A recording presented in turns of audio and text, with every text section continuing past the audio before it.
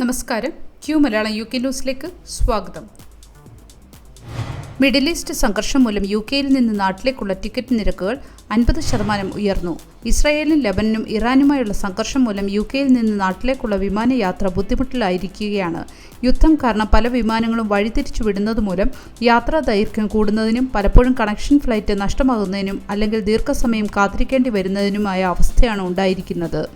സംഘർഷം മൂർച്ഛിച്ചതിനെ തുടർന്ന് ടിക്കറ്റ് നിരക്കിലും താങ്ങാനാവുന്നതിലും കൂടുതലുള്ള വർധനവാണ് ഉണ്ടായിക്കൊണ്ടിരിക്കുന്നത്. എമിറേറ്റ്സും ഖത്തർ എയർവേസും ഉൾപ്പെടെയുള്ള ഫ്ലൈറ്റുകളിൽ നാട്ടിലേക്കുള്ള ടിക്കറ്റ് നിരക്കുകളിൽ ഏകദേശം 50% വർധനവാണ് ഉള്ളത്.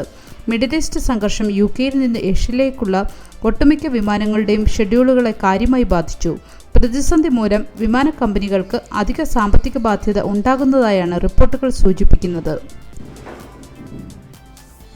വിസിറ്റിംഗ് വിസ മുതൽ PR വരെയുള്ള ഈ വിസയിലേക്ക് മാറാൻ ഇനി 5 ദിവസം. Biometric resident permit, biometric residence card എന്നിവയ്ക്ക് പകരമായി ഓൺലൈൻ വിസ കൊണ്ടുവരുന്നതാണ് ഈ വിസ.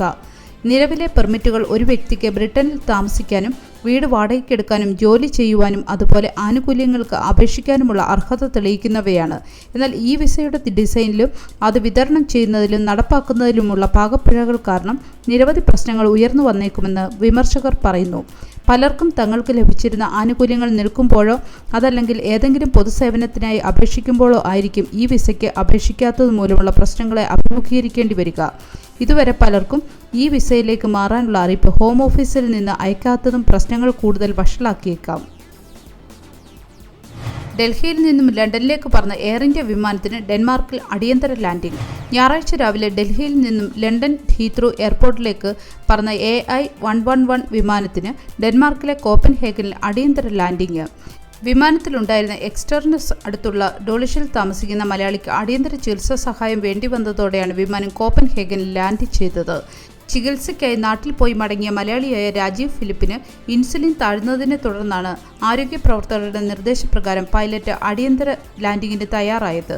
വിമാനം എത്തുന്നത് സംബന്ധിച്ച് അറിയിപ്പ് ലഭിച്ചതോടെ ആംബുലൻസ് അടക്കമുള്ള സൗകര്യങ്ങൾ എയർപോർട്ടിൽ സജ്ജമാക്കിയിരുന്നു. 11:30 ലണ്ടനിൽ ലാൻഡ് ചെയ്യേണ്ടിയിരുന്ന വിമാനം ഉച്ചകഴിഞ്ഞ് 2 മണിക്ക് ശേഷമാണ് ലണ്ടനിലെത്തിയത്. ബ്രിട്ടനിൽ 3 ദിവസം തുടർച്ചയായ മഞ്ഞുവീഴ്ചയ്ക്ക് സാധ്യത.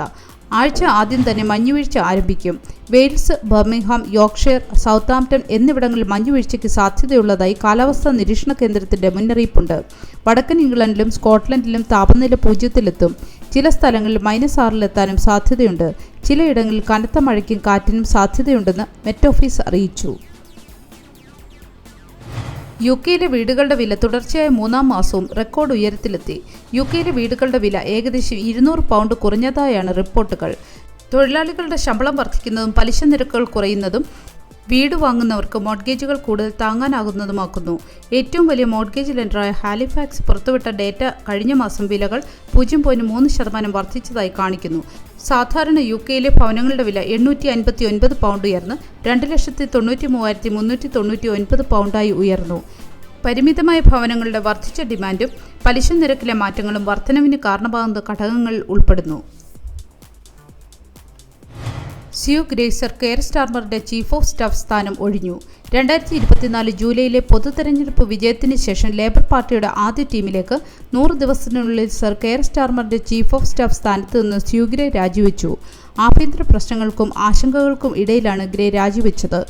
ലേബറിന്റെ തെരഞ്ഞെടുപ്പ് പ്രചാരണത്തിന് നേതൃത്വം നൽകിയ മോർഗൻ മാക്സിനെയാണ് ഗ്രേക്ക് പകരം ചീഫ് ഓഫ് സ്റ്റാഫ് ആകുന്നത്. മുമ്പ് ഡൗണിംഗ് സ്ട്രീറ്റ് പോളിസി യൂണിറ്റ് നടത്തിയിരുന്ന നിൻ പണ്ഡിറ്റിനെ മുതിർന്ന സിവിൽ സർവീസ് പദവിയായ പ്രധാനമന്ത്രിയുടെ പ്രിൻസിപ്പൽ പ്രൈവറ്റ് സെക്രട്ടറിയായി നിയമിച്ചു.